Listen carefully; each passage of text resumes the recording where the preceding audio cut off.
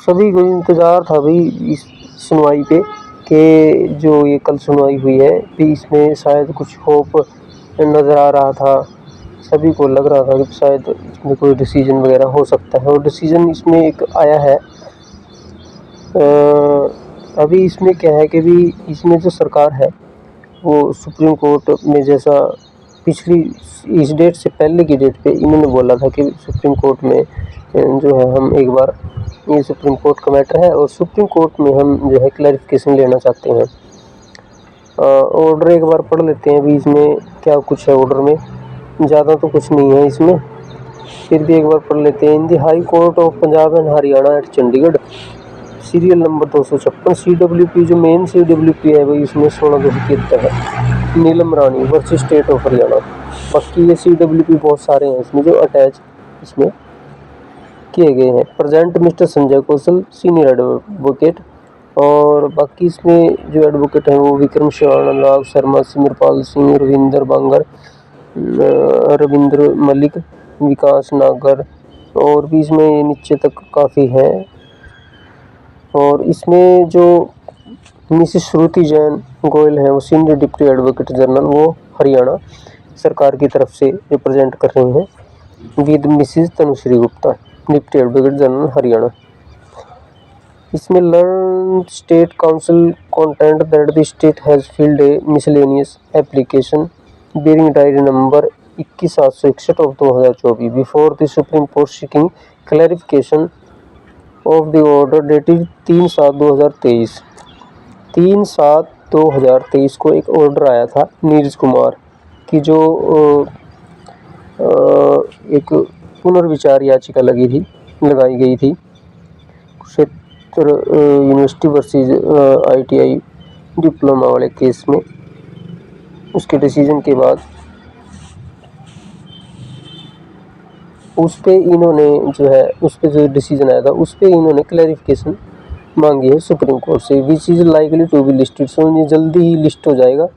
The matter में be urgent awaiting the outcome, इसका जो भी निर्णय है उस निर्णय तक अर्जेंट कर दिया गया है 5/8/2024।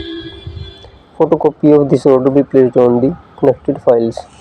अब इसमें सुप्रीम कोर्ट का मामला था, हालांकि इसमें अपने जो वकील हैं उन्होंने कहा था, ये मांग रखी थी हाई कोर्ट में, माननीय हाई कोर्ट में, कि तब तक जब तक ये क्लैरिफिकेशन आ जाती है तब तक आप हमारे कैंडिडेट्स को कंडीशनल जॉइनिंग दे सकते हैं।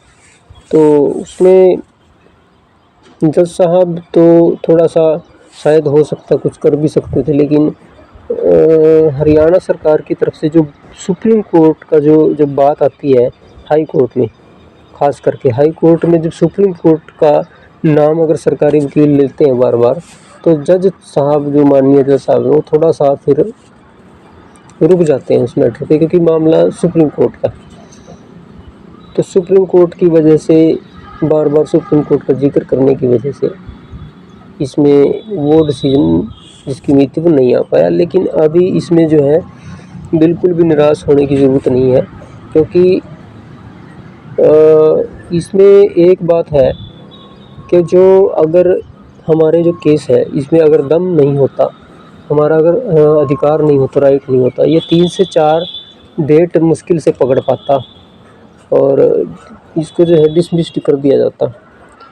लेकिन इसको डिनाई कोई भी नहीं कर पा रहा, ना तो सरकार कर पा रही है। अगर सरकार डिनाई करती तो हो सकता है जज साहब अपनी तरफ से कोई ऑर्डर इसमें ज़रूर दे देते।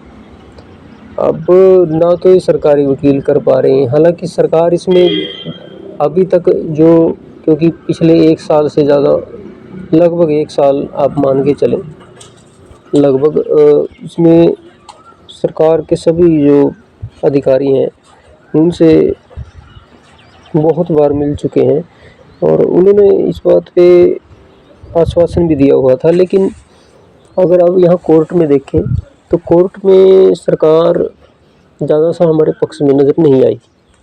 लेकिन अब सुप्रीम कोर्ट का जो रास्ता है, सुप्रीम कोर्ट से आगे तो देखो कोई कोर्ट है नहीं, ना हमारे लिए है ना सरकार के लिए है। अब जो फैसला आना है वो सुप्रीम कोर्ट से आएगा और सुप्रीम कोर्ट में अब ज़्यादा टाइम भी नहीं लगेगा, क्योंकि इसमें जो अगर तो हम जाते सुप्रीम कोर्ट तो टाइम लगता, सरकार को नोटिस होता, सरकार कब जवाब देती, बहुत सारा टाइम लग जाता। लेकिन अब इसमें पार्टी सरकार ने हमारे को बढ़ाया है तो इसमें ज़्यादा टाइम भी नहीं लगेगा। और दूसरा, अब हमारे पास जैसे वो कहते हैं ना भी लास्ट मौका है, रीटेक का मौका नहीं है हमारे पास।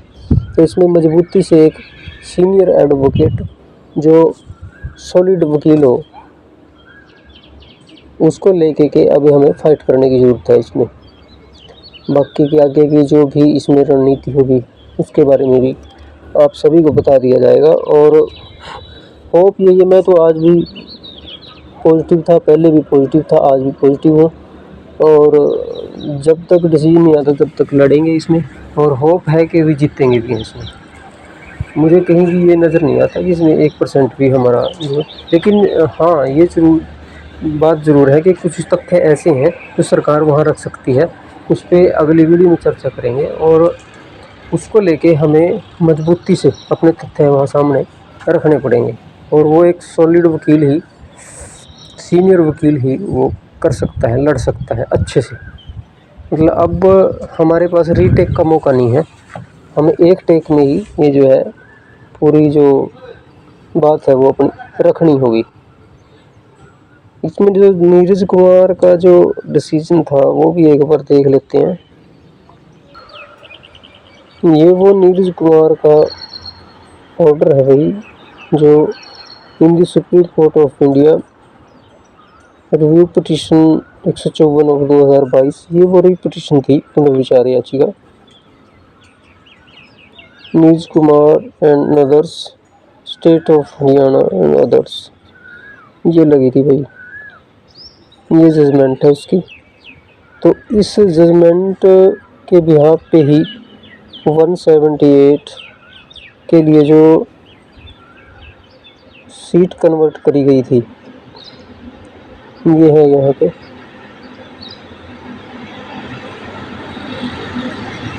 ये है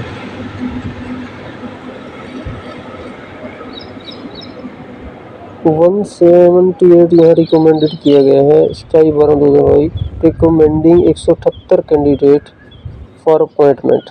these candidates process diploma in art and craft from the Haryana industrial training department and others institute and not from Kshetra University. In fact, 331 appointments were made, leaving 485 of the 816 notified post vacant. इसमें ही इनके जो है ये समायोजन का जो भी था ऑर्डर आया था, ये वो ऑर्डर है। और इसके बिहाफ पे ही ये सारी जो आगे का जो अपना केस बनता है और इसी पे ही क्लैरिफिकेशन सरकार ने मांगी है।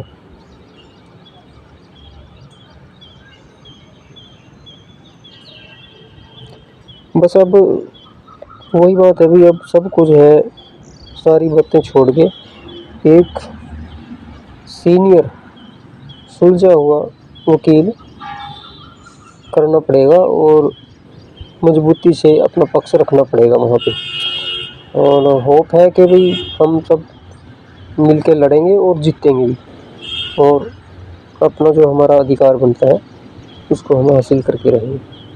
बाकी की आगे की बात फिर नेक्स्ट वीडियो में करेंगे। सो पॉजिटिव रहें और लड़ने के लिए तैयार रहें।